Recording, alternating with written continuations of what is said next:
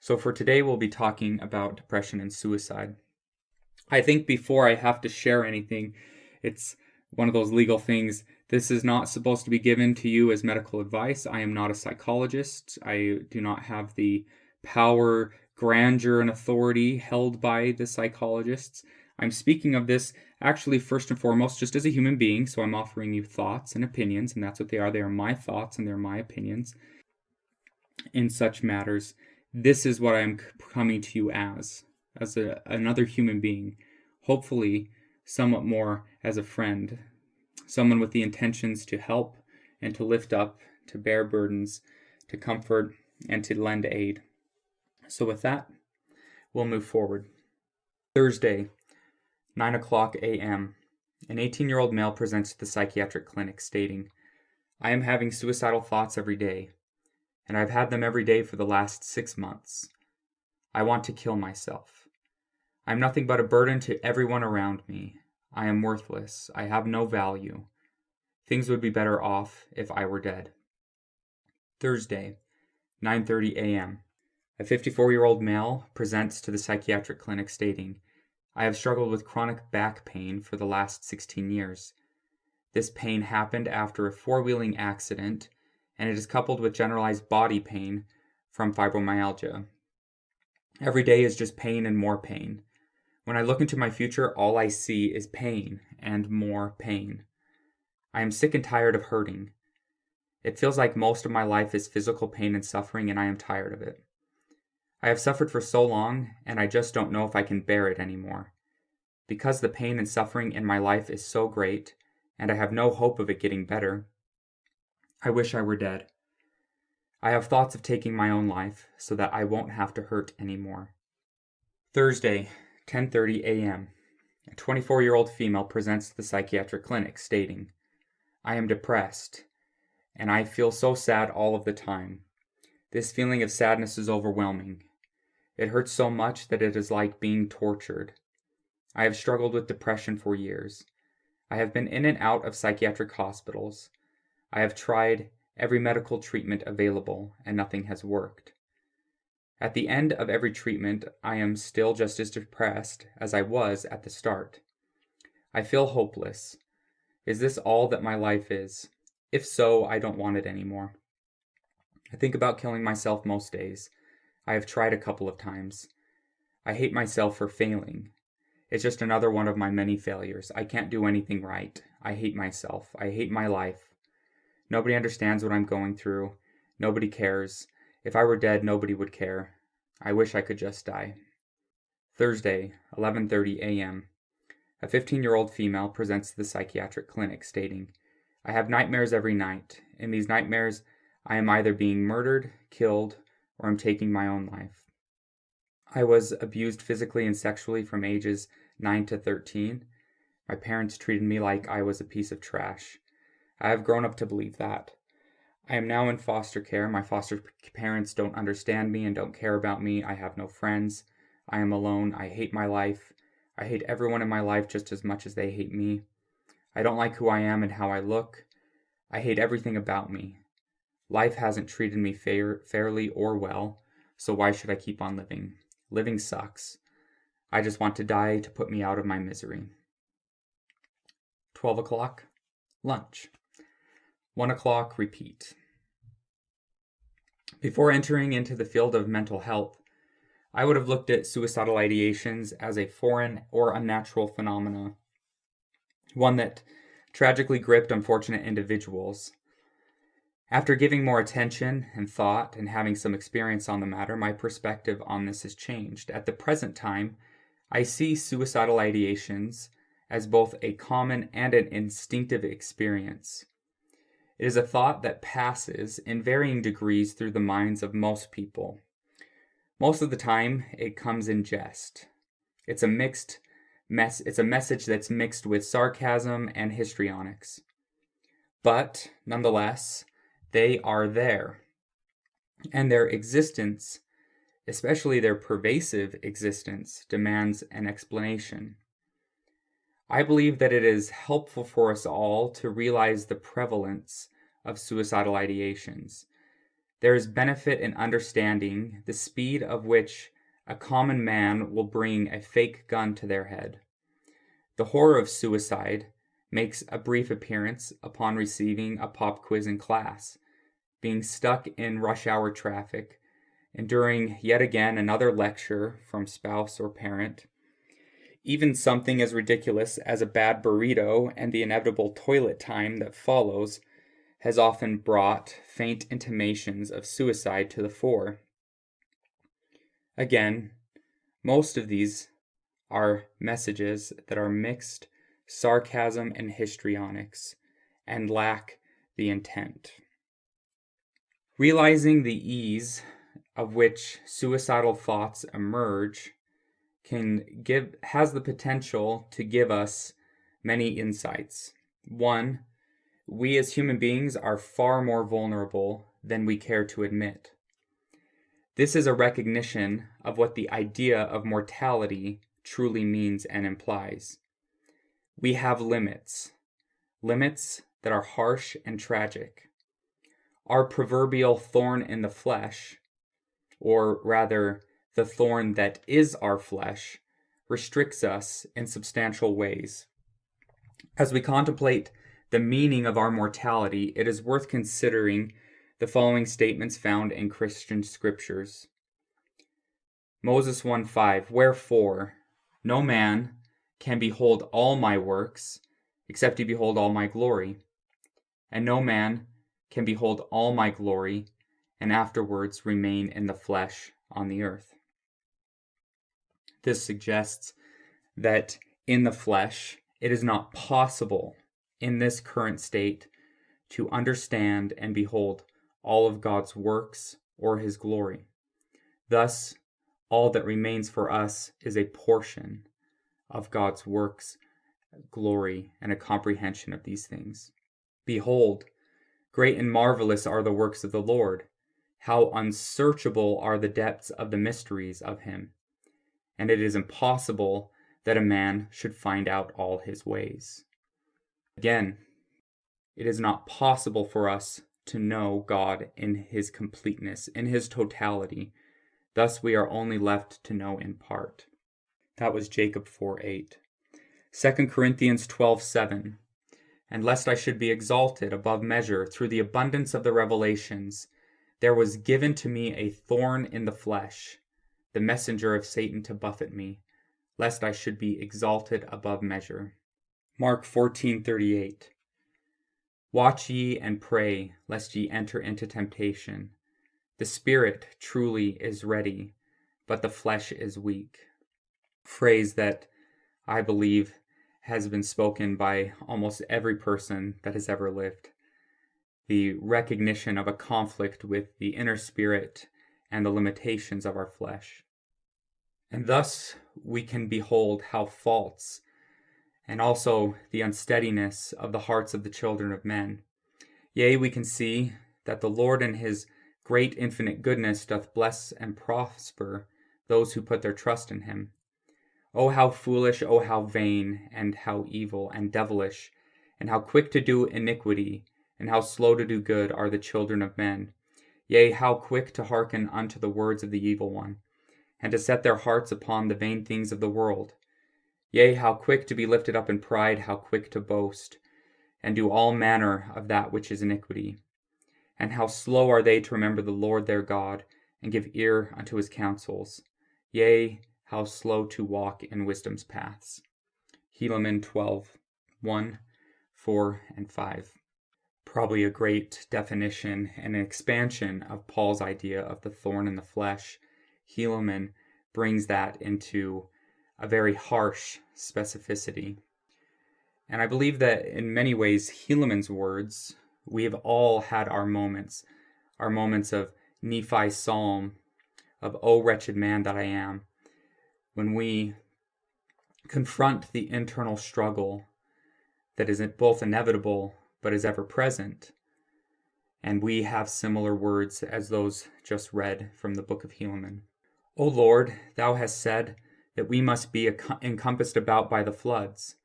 Now behold, O Lord, and do not be angry with thy servant because of his weakness before thee. For we know that thou art holy and dwellest in the heavens, and that we are unworthy before thee. Because of the fall, our natures have become evil continually. Nevertheless, O Lord, thou hast given us a commandment that we must call upon thee, that from thee we may receive according to our desires. Because of the fall, our natures have become evil continually. What is this evil nature? Go back and recall those words again of Helaman. The slowness to walk in wisdom paths, the haste of which people turn towards iniquity. Such is the fallen nature.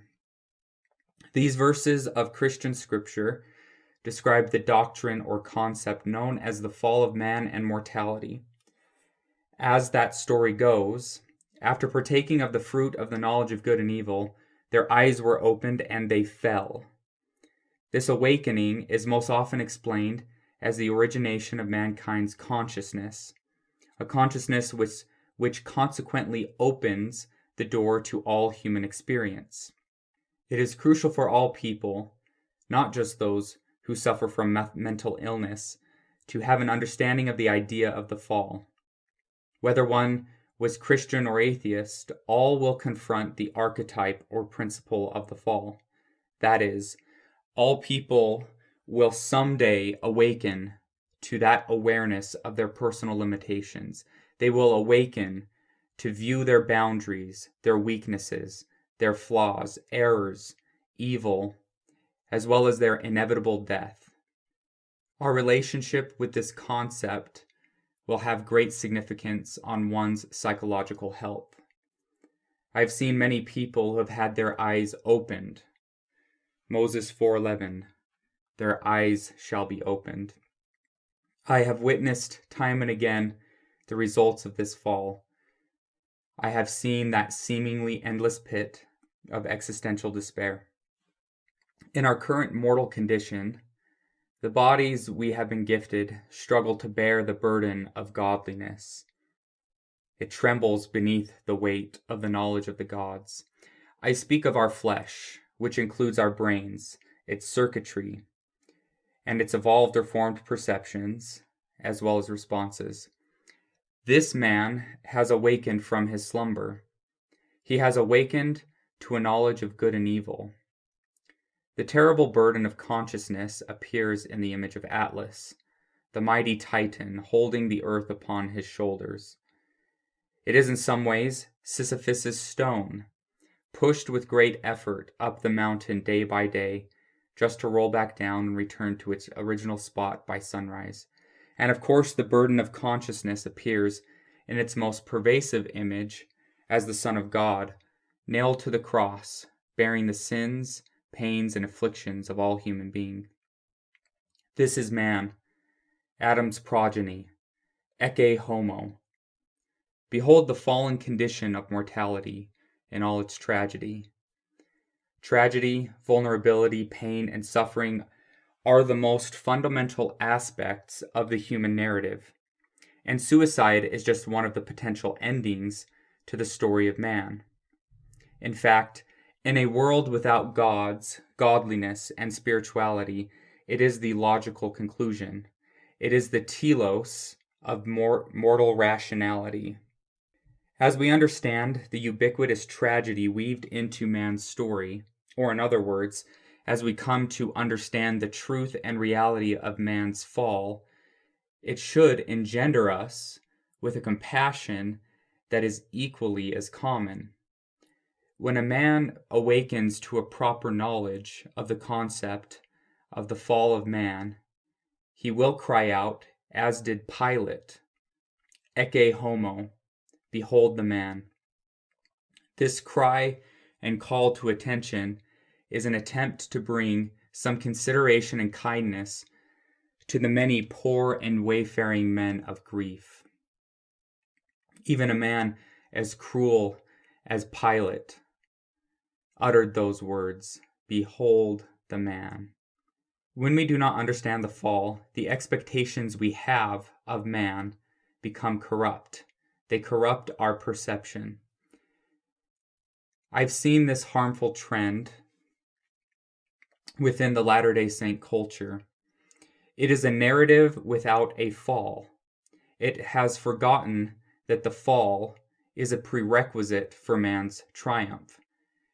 In fact, it is a prerequisite for the coming of the Christ. This is universally true as it is individually true. An example of this corrupt narrative, at least an example of it appearing even in our widespread culture, is that of Rey in the most recent Star Wars trilogy. The story goes, once upon a time there was a girl who was perfect. She had perfect knowledge, skill, and ability and had no need for any of the process of learning and failure. There was a problem in the world, but she quickly and easily resolved the conflict. No mistakes, no trial, no failure or sin, just perfection. This cannot be the expectation of man's narrative. The Christian culture properly emphasizes that man's story, our story, begins with a fall. This means that we will have conflict, we will have failure, we will have sin. There will be opposition, and not just for a moment, not just for a day, not even for years. It will be woven into our entire life experience. We will encounter the fall in all our aspects of life. For this reason, I emphasize our relationship with this concept will have great significance on one's psychological health. The harsh limitations of our mortal form enable the condition of opposition, an opposition which is necessary for the purposeful test of life. The fall is a necessary precondition to the redemption. I'll say that again to make sure that it sinks in. The fall is a necessary precondition for redemption. This is the fundamental gospel frame: fall and redemption. And it goes in that order. The fall is the original state of man. It is the primal, natural man. It is the first man, and is the beginning of the story. Your story is first and foremost one of tragedy. For even in the comedy, there is a beginning of tragedy. The difference between comedy and tragedy is how the story ends. The gospel, the good news, is that the story doesn't end where it begins.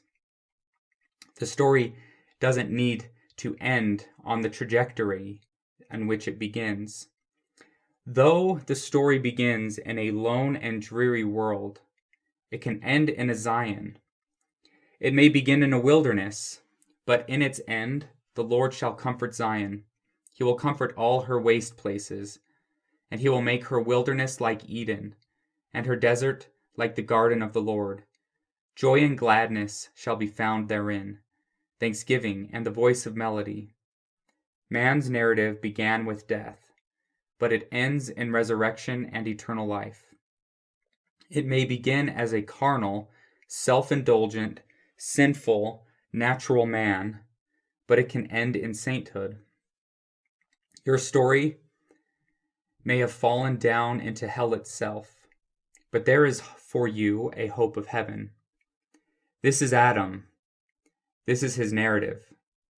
Trust in the process which God has designed. Trust in yourself and others as you go through this process.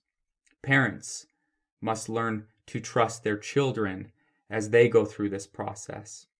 Children must come to understand that their parents too are going through this process. This is the process of mortal life, the plan of redemption.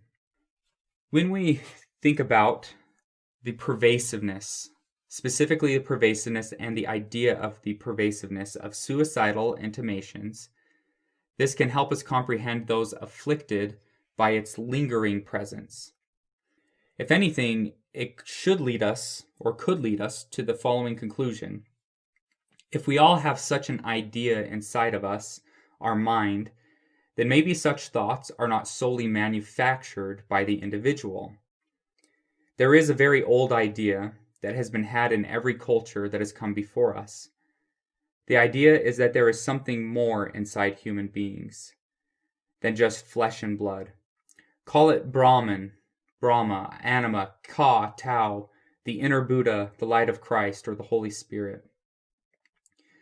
Now, most people cite these teachings to direct our attention to the transcendent quality of man.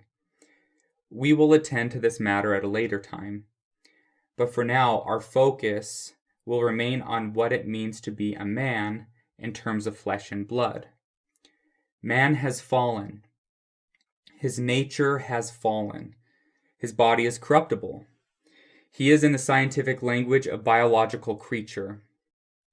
Instead of using the scientific language, my preference is to use the words of St. Francis of Assisi, who referred to the animal component of his self as brother ass.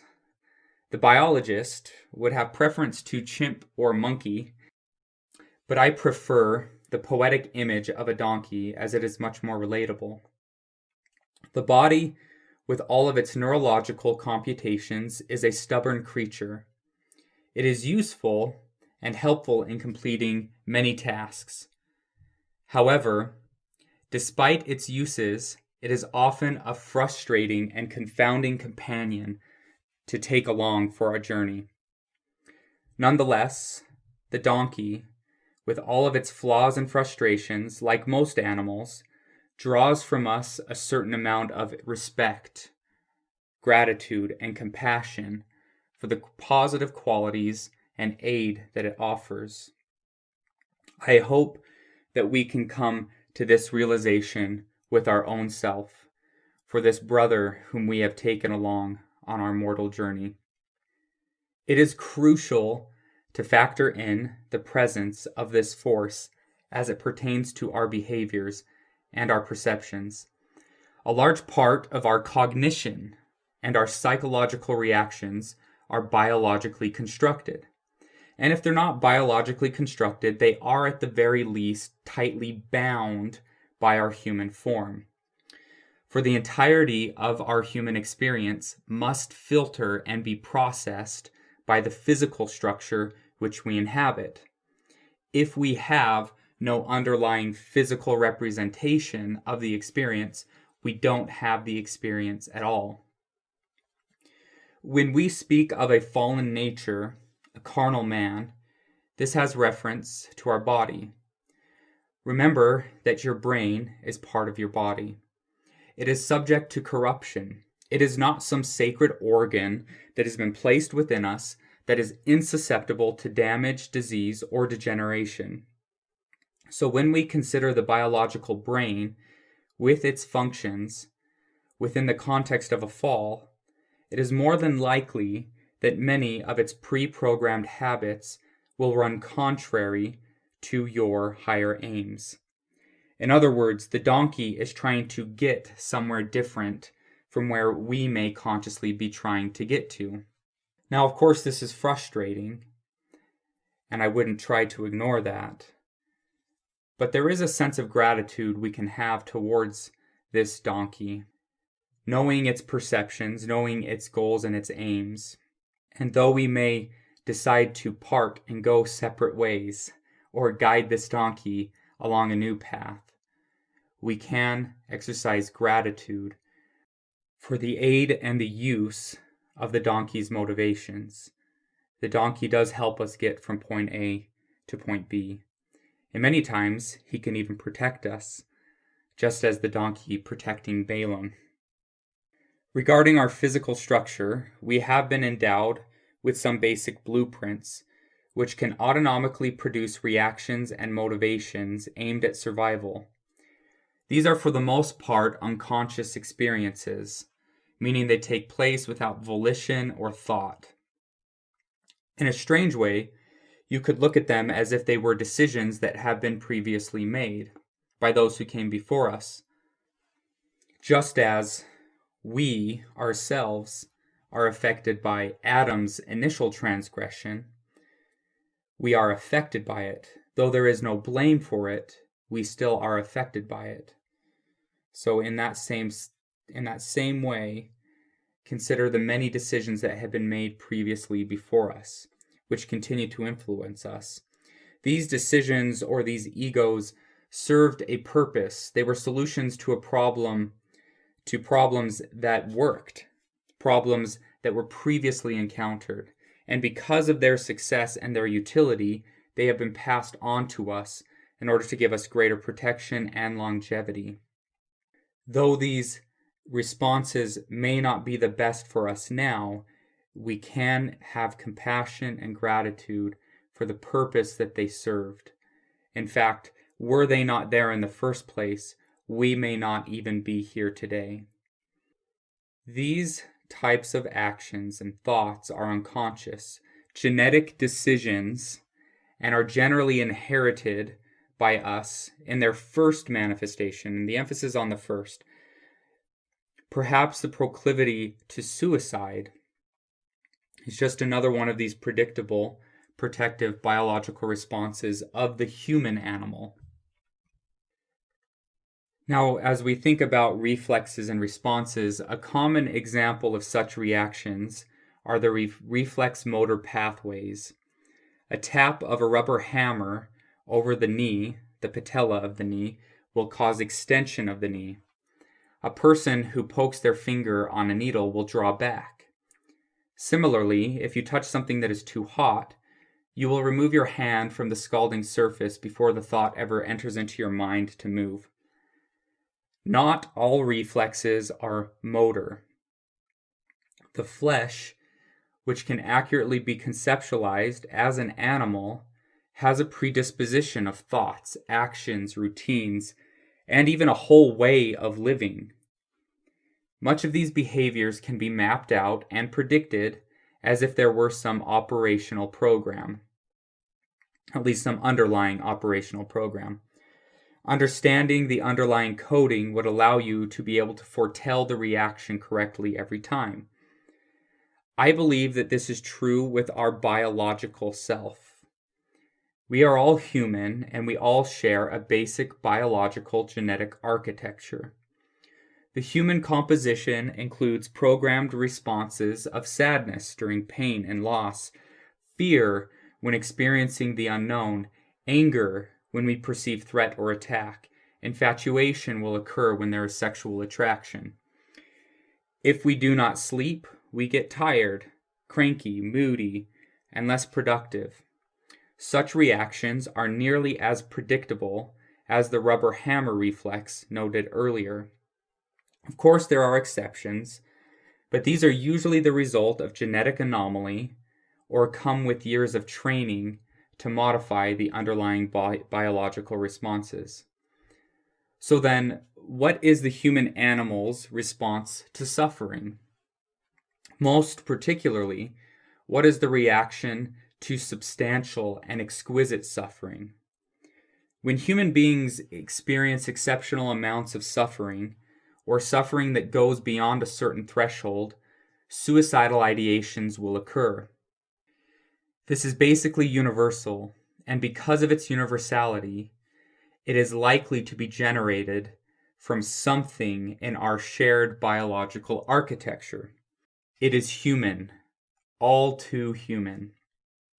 Just like pulling your hand off a hot oven, the animal pulls away from pain, and in extreme cases will run towards suicide if and when pain expands and encompasses the animal in order to remove itself from it.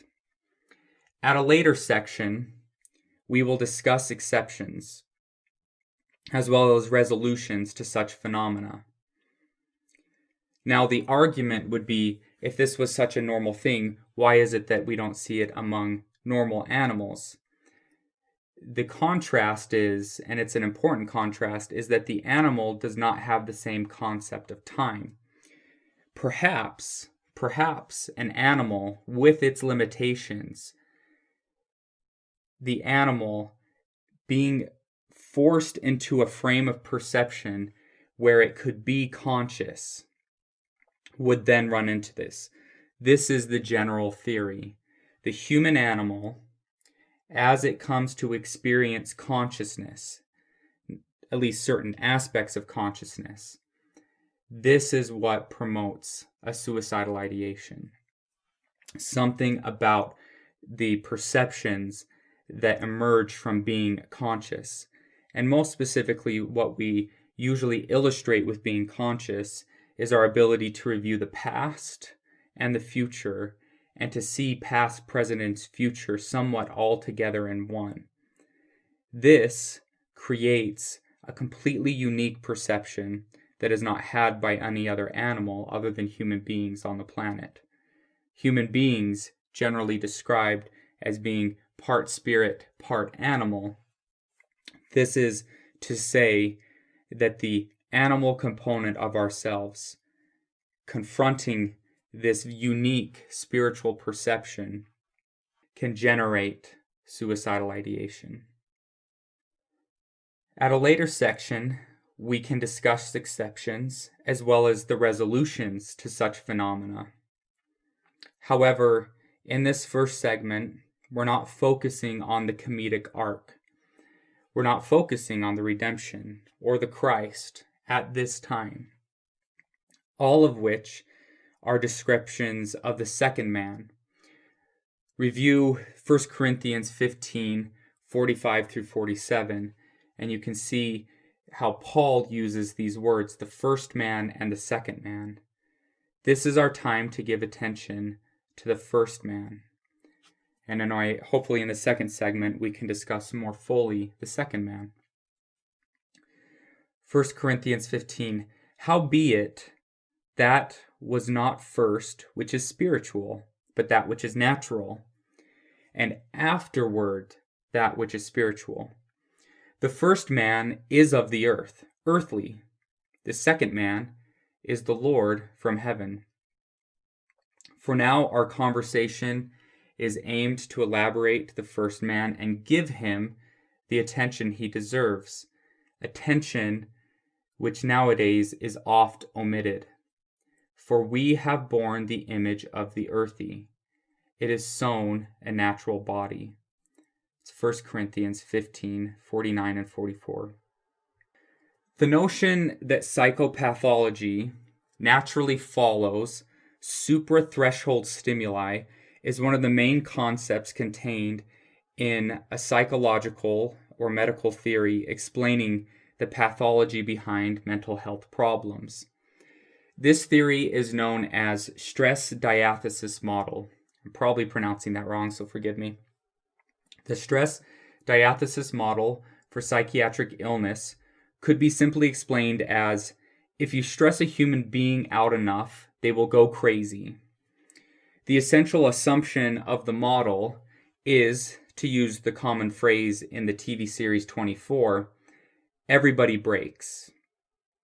We all have a breaking point. The second part of the stress diathesis model is that this breaking point can be different for different people. Some people are extremely resilient to stress, i.e. Jack Bauer or the man from the movie Broken.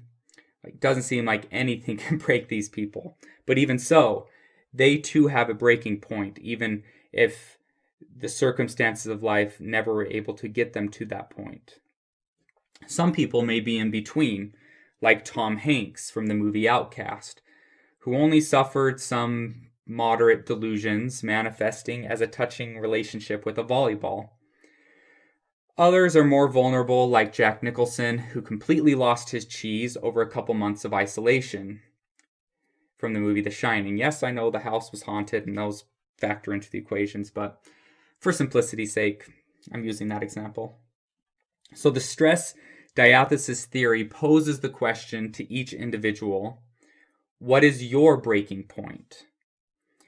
Another way of interpreting this model is to view it in terms of a mathematical equation, x times y equals z. X would be the individual's capacity to tolerate stress. Y would be a unit of stress. In layman's terms, the meaning of this equation is that certain people may experience a greater overall amount of negative emotion per unit of stress than others. Math is hard. It's impossible to get math without some sort of visual. So I'll say that one more time. That the meaning of this equation is that certain people may experience a greater overall amount of negative emotion per unit of stress than other people. This means that they would consequently reach their breaking point with much greater ease. Plug in a unit of stress of 5 and bring this to someone with an X, a capacity to bear stress of 1.5, and another person with an X of 4. You get a difference of 7.5 and 20. So the stressors or the stimulus may be constant between two experiences, but the outcome can be dramatically different. The main factor, transforming factor of this is the X. That is, the individual's capacity to bear stress, which may in fact be somewhat or largely genetically determined. Now, some of the scientific literature suggests that those who are more susceptible to stress are those who have a higher amount of personality trait neuroticism. This trait, named neuroticism, is proposed to be a primary human trait according to the Big Five personality theory. The idea that stress tolerance and stress reactions vary within a human population fits well within the most established statistical concept, that being the concept of the normal curve. The normal curve is basically an inverted U plotted on an X and a Y axis. The inverted U is sectioned off by measurements called standard deviations that are typically represented as a percentage of the population. This principle suggests that approximately 2% of a given population would be extraordinarily vulnerable, and 2% would be extraordinarily invulnerable to stressors. It would also say that about 13% of the population is significantly vulnerable, and its counter would be about 13% is very resilient. However, it's also important to remember that even if someone has this underlying vulnerability, if they are in an environment void of stress, there will be limited opportunity for the negative emotion with its ensuing decline in mental health to manifest. Remember, it was X times Y equals Z. If the Y is really low, Y is the unit of stress. We could say the overall stress. If that remains low, then it will be very difficult to reach that breaking point. In other words, it would suggest that mental illness could be eradicated under conditions of no stress or scenarios to provoke negative emotion. Unfortunately, this place doesn't exist. Unfortunately, we have left our Eden. While we consider the stress diathesis model as it pertains to mental health, it is useful to view this in combination with Ernest Becker's influential psychological or philosophical terror management theory. The short of this theory is an assertion that the majority of human actions are undertaken as a means to ignore or evade death. It then asserts that the primary way in which people escape death anxiety is by constructing meaning in life. Emphasis on the word constructing. I don't agree with this, but this is the theory and it's worth looking at and examining this. Now, in line with the scientific materialists, this theory accepts an underlying assumption about life. This underlying assumption is that there isn't any meaning in life. Rather, all meaning is, as it were, a positive delusion designed to keep us alive and sane. It views human beings, it views human meaning systems as universally false but necessary. It views all human representations, beliefs, and meaning as an adaptive fantasy aimed at survival. Again, I don't agree with this, but it's worth looking at this for contrast. It's worth understanding the adversary at times and the ways in which he will confront you. Now, in reality, this theory is basically a rebranding of E.B. Tyler and J.G. Fraser's anthropological conclusions regarding uncertainty. They claimed that all human action and behavior, which derives from belief and meaning systems, are man's attempt to escape the overwhelming uncertainty that surrounds us. The great uncertainty is death, and therefore it purports the same ideas, namely, 1. We assume the belief of scientific materialism that there is no meaning in life, or that there, to use the words of Derrida, there is nothing outside of the text. Thus, the emergence of meaning requires an explanation, and it is all summed up to be a universal measure to keep mankind sane from the omnipresent force of uncertainty, the unknown or chaos. These theories imply that reality is so dark, so terrible and painful, that to look at it would cause a state of debilitating terror. To clarify, and this is where it's the important distinction, because there is a ground of agreement I have with this theory, and it's all about this distinction.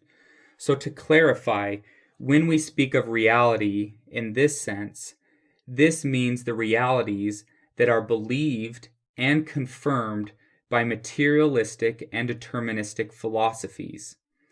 Materialism is a belief that all that truly exists is the matter and material before us, and nothing outside of the material component exists or is real. Determinism is a belief that there is no free will, no ability to make choices. This, of course, implies that existence has no meaning. All that life is a complex domino chain of action and reaction. These two concepts are the most accepted beliefs of scientific and atheistic religions or faiths. Their conclusions and assumptions are often identical to the ideas manifesting in depressive disorders. These conclusions are as follows. Life is meaningless. Everything ends in death. Thus, nothing in life truly matters. Existence is rife with meaningless suffering. Both the individual with extreme depression and the materialistic atheistic faiths all believe that this is the truth. And they believe that the truth concerning reality is that reality is a destructive terror to conceive.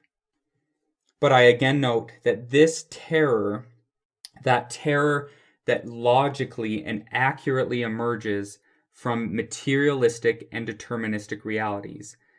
It is a materialistic and deterministic reality, and I would say I do not believe that that is reality itself. It is a reality that has been constrained to the material. And I do think that is really helpful because that may be where I have my common ground and my understanding of the atheist, of the scientific faiths. That common ground being that if, keyword if, because if is the assumption, if all that exists is material, then everything that we just read in these positive delusions, these theories, the terror management theories, is true. If all that exists is material, if all that is just deterministic action and reaction, then this is true. However, I do not believe that we are purely and solely a materialistic creature. I believe in the spiritual. I believe in the transcendent. I have experienced and witnessed the transcendent. I have grown to be like Alma, who says, I have all things as a witness of this reality, of this spiritual reality. I do not personally believe in the religious dogmas of the scientific materialist. I can understand that if one were to believe in such ideas, it would create the very terrors which were just described. I can also understand how and why people draw these conclusions. I understand that there is tremendous power within their logic, and the appeal of granting, I also understand the appeal of granting sovereignty to materialistic evidence. I understand it, but I don't believe it. Remember, the first man, he who is foremost earthly. That which is of the earth is material, and these dogmatic assumptions are owned by that which cometh of the earth, the material, the flesh, the carnal, the human. This is the work of entropy at its finest. The gravity of mortality is a constant persuasion of the materialistic faith, whether this be conscious or unconscious. Perhaps then, this is part of the fall of man, the awakening of consciousness, an awareness of uncertainty, and a fall into existential dread. In personal experiences in life, I have witnessed firsthand, numerous times, individuals who have come to this realization. Their eyes have been opened. They have seen the fullness of materialistic reality in the present, expanded out into the future. The fullness of mortal flesh's perception. I have seen the consequence of this knowledge, the bitter aftertaste of partaking of this fruit. It is to behold the lone and dreary world. It is to comprehend the briars and the thorns, the pain of conception, the sweat of labor. It is the constant torture of doubt, uncertainty. It is major depression, generalized anxiety, panic, suicidal ideation, psychosis, resentment, expanding into homicidal fantasies, and many other forms of psychic distress. Best not open your eyes, I suppose. Or maybe there is a way to shut them. Forget the fall back asleep. Go back into blissful sleep. Nearly every time an individual has told me their story in full and expressed their position, I begin to have the following thoughts. It makes sense why this individual is experiencing such and such symptoms. In most cases, it boils down to human suffering. It is equated in the following way. My suffering is great. It has exceeded my capacity to bear.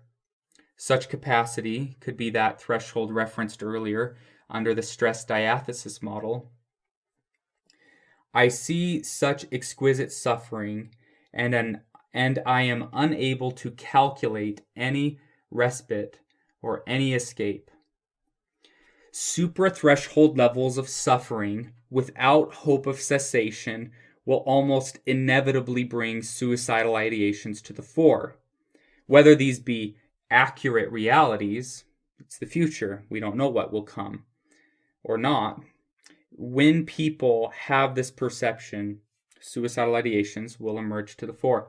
Whether people act on these thoughts or these ideologies, it will depend on the individual's ability to make choices. The ability to make choices that will interfere with closed, biologically deterministic chain reactions of cause and effect. I believe people can make choices. I believe people have an ability to interfere with biological determinism. They can reverse entropy. They can reverse the fall. When suffering is extreme, part of us yearns for death. Emphasis on the term part of us. Not the whole, just part. And it's hard to represent what percentage that is. 2%, 5%, 10%. Regardless of the percentage, it's true and accurate to describe it as part. In fact, with most of what we've been going over today, this part that we're describing in many ways can just be considered the flesh, the human animal. When suffering has no end in sight, part of us panics. It looks for an escape and sees possibility through suicide. What is this part of us? I believe that this part of us, which habitually sprints to suicidal ideations, is derived from the human animal. Because we are all human beings and all have so much of the same genetic, biological makeup, and these reactions we're discussing are so predictable and universal, I don't necessarily attribute it to the individual. I attribute it more so to the biological framework. And that's kind of a general principle. The more universal the reaction, the more likely it is to be something that emerges from the biological framework.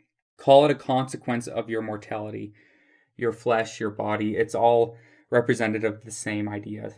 If you back a dog into a corner, it will bite you. If you perturb a cat, it will hiss and bat its paws. If a human body is thirsty, it will feel motivated to seek out water. If you are stuck somewhere in the dark, alone, frightened, and hopeless, give it enough time, and one's physical body will begin to entertain suicidal thoughts. This, of course, is only an explanation of one form of suicidal thoughts, and there can be many.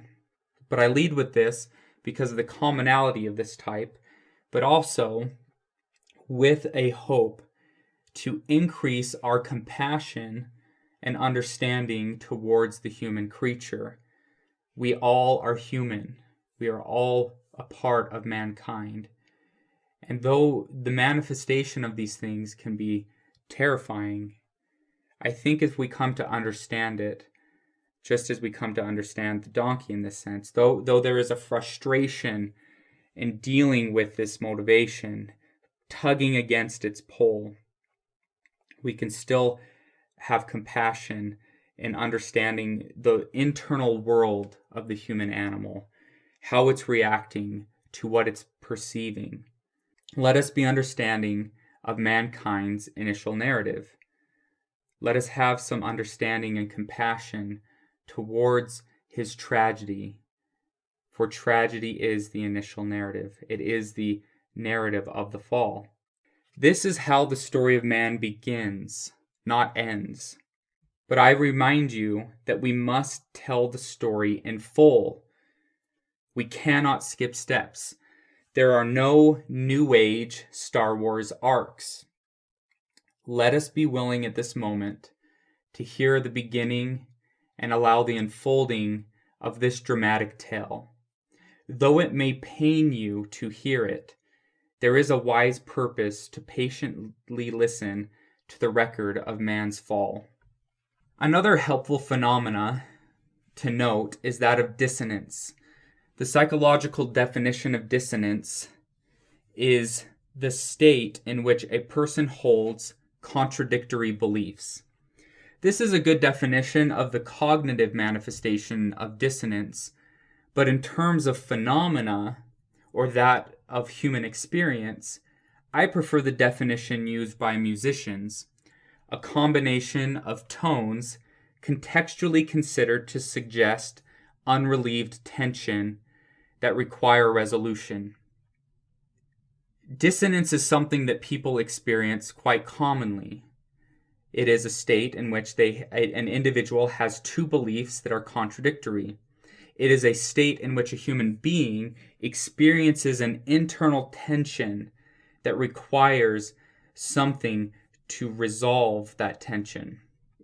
It's as when we describe dissonance in the musical setting, and I'm feeling embarrassed and ashamed to make this public, my singing voice, but it would be to go do, re, mi, fa, sol, la, ti, and end there. Your brain is wanting to go back to do in order to end that. Yes, that was my attempt at singing, and it was probably all dissonant, to be honest. But dissonance is that point in which you feel like something needs resolution. The fall is the dissonance. It requires resolution. Examining internal dissonance is crucial, and it can even actually lead us to many divine insights. And I say divine because that which promotes, sustains, perpetuates, offers and extends life and connection has no better definition than that of divine.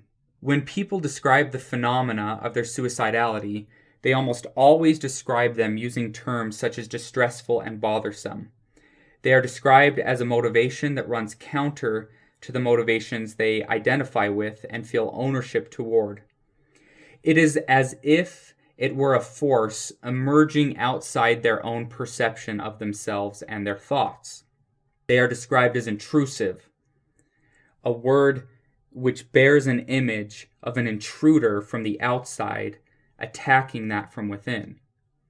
In general, when dissonance first manifests, people will not label the dissonant thought as their own. It is as if someone else's thoughts or ideas were oppressing them. A simplification of the story would go like so.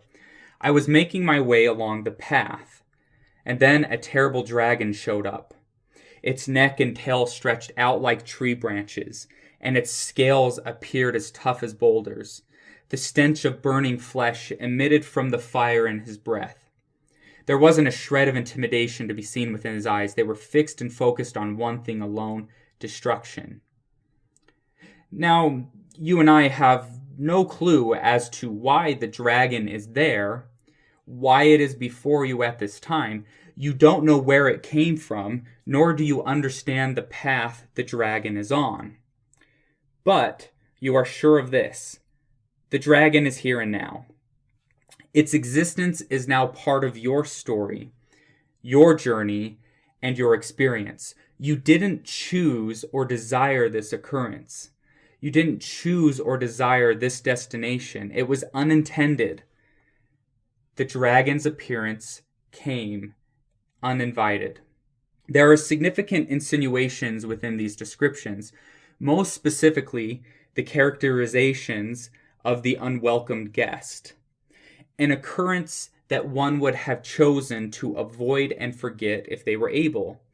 We wish this fate was not ours and that it never happened. We wish that this dragon never existed, never manifested, and yet it does and has.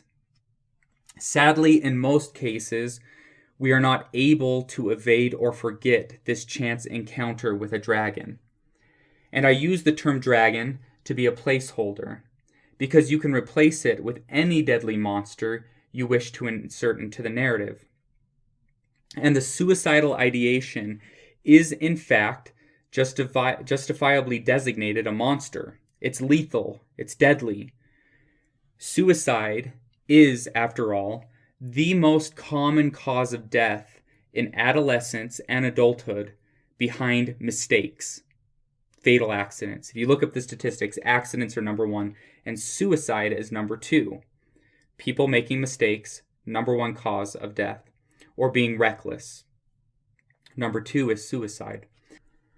Before we go further, I want anyone who is hearing this, who has some ominous resonance to this message, to know that you are not alone.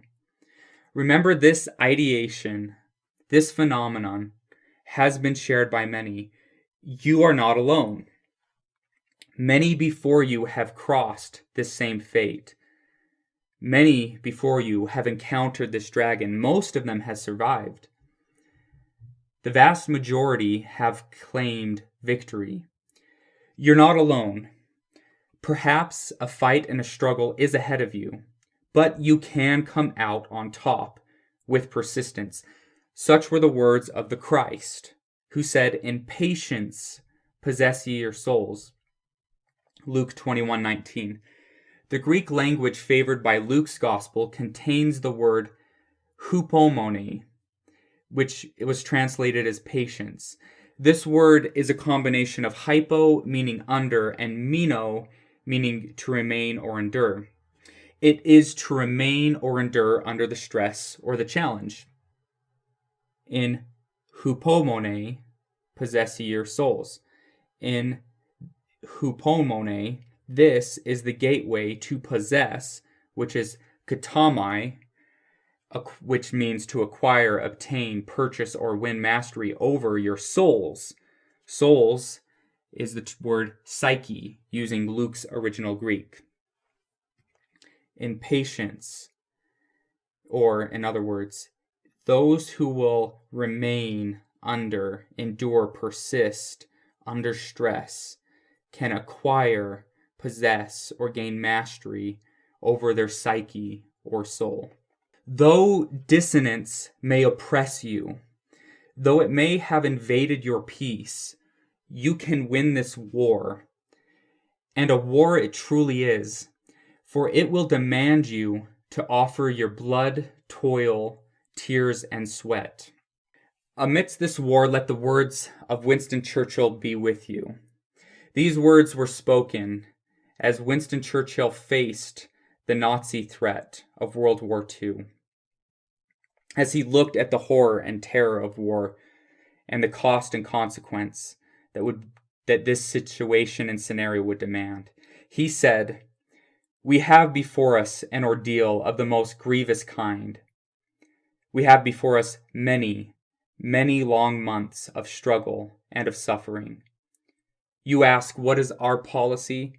I can say, it is to wage war by sea, land, and air, with all our might, and with all the strength that God can give us, to wage war against a monstrous tyranny, never surpassed in the dark, lamentable catalogue of human crime. That is our policy. You ask, what is our aim?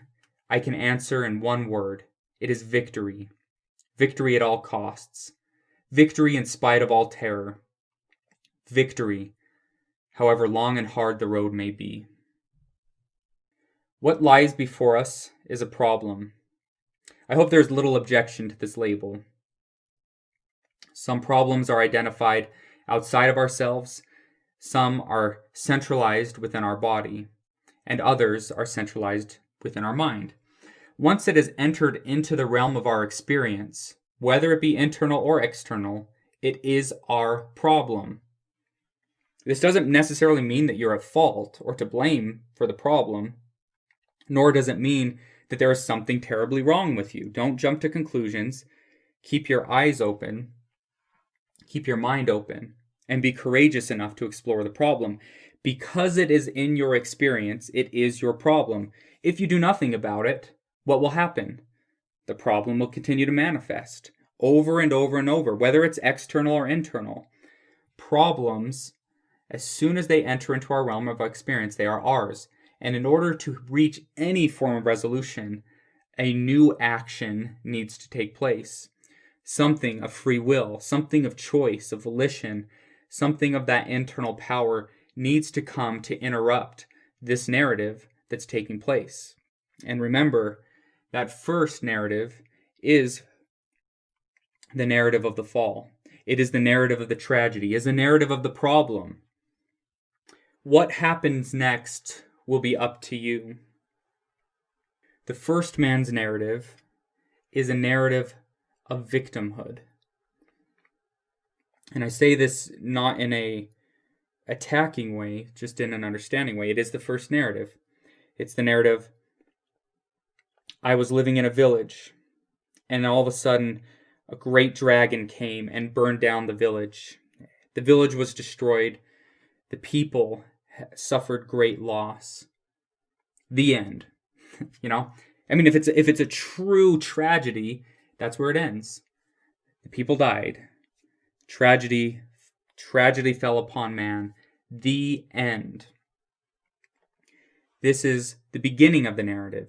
There is an alternative narrative. Now this alternative narrative is called the hero's journey. In the Christian literature, we would call it the gospel. Both of these, regardless of the term you use, both of them are the assumption that the story doesn't have to end there. Yes, you are a victim, but it's not helpful to dwell on that. I mean, there's some benefit in understanding it. I mean, if you're one who has this proclivity to just beat you over the, punch yourself in the face over and over and over, and what's that term? Self-deprecating language, masochistic tendencies over all the tragedy of life, and just whip yourself and beat yourself over them and taking all the blame and guilt for the tragedy. That's not helpful. Inasmuch as taking some share of the guilt is helpful for you, that's the portion which you need to take. But as soon as it ceases to be helpful for you and it prevents you from moving forward in life, as it prevents you from becoming something stronger, transcending and overcoming this, it is no longer helpful. It is no longer going to help you from the point at which you are at in life to get to where you need to be to transcend it. And that's the most basic frame. It's a motivational frame. It's, I am here and I want to be here. And in fact, throw God into the mix. You are here. God wants you to be somewhere else. If something is not helping you get to that point, to where God wants you to be, it is something that is in the way. That's actually the most basic definition of what the devil means. The devil means to throw something in the way of someone's path. If you encounter something along your path that is inhibiting you to get where you need to go, where God needs you to go, that is coming from the adversary. That means you need to discard it. You need to let it go. You need to fight against it to move forward. The first man's narrative is a victim, but the story can end differently. The individual can rebuild their city. He can find a sword. He can confront the dragon. He can slay the dragon. He can restore peace to the land. This is the comedy. This is the redemption. This is the gospel of Jesus Christ. I believe in the gospel. I believe specifically in the gospel of Jesus Christ, because I believe it is the power of the Lord Jesus Christ. The universal power felt by believers and even non-believers.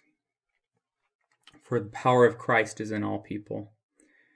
But I believe that through the power of Christ, we can transcend the tragedy of the fall. We can find redemption from the fall. We can find healing to the wounds that man has borne. And just as we say, behold the man, simultaneously, as we have this idea of ecce homo, behold the man, yes, we see Christ. We see Christ with a crown of thorns, a tortured back that had been scourged and torn apart by a whip. We see a cross and nails through the hands and the feet and the wrists of the Lamb of God. But in that same moment, simultaneously, we see the power of the Son of God to transcend that, to bear the cross, to place it upon his back and shoulder it, to move forward towards death, to show compassion and kindness to other men upon the cross, to offer forgiveness, to offer thoughts of comfort for his mother. We see a man who is able to not become resentful, to not fall prey to sin and anger and vengeance. We see grace. We see the transcending grace that comes through the Son of God. We begin to see true power, true courage, true virtue, humility, meekness, mercy, faith, love. And ultimately, it was love that we witnessed, the great love of God and the great love of the Son of God that was able to bear the cross of life and lead all to redemption. This is the end of part 1. I will be posting part 2 shortly. Again, I thank you for your support and for listening.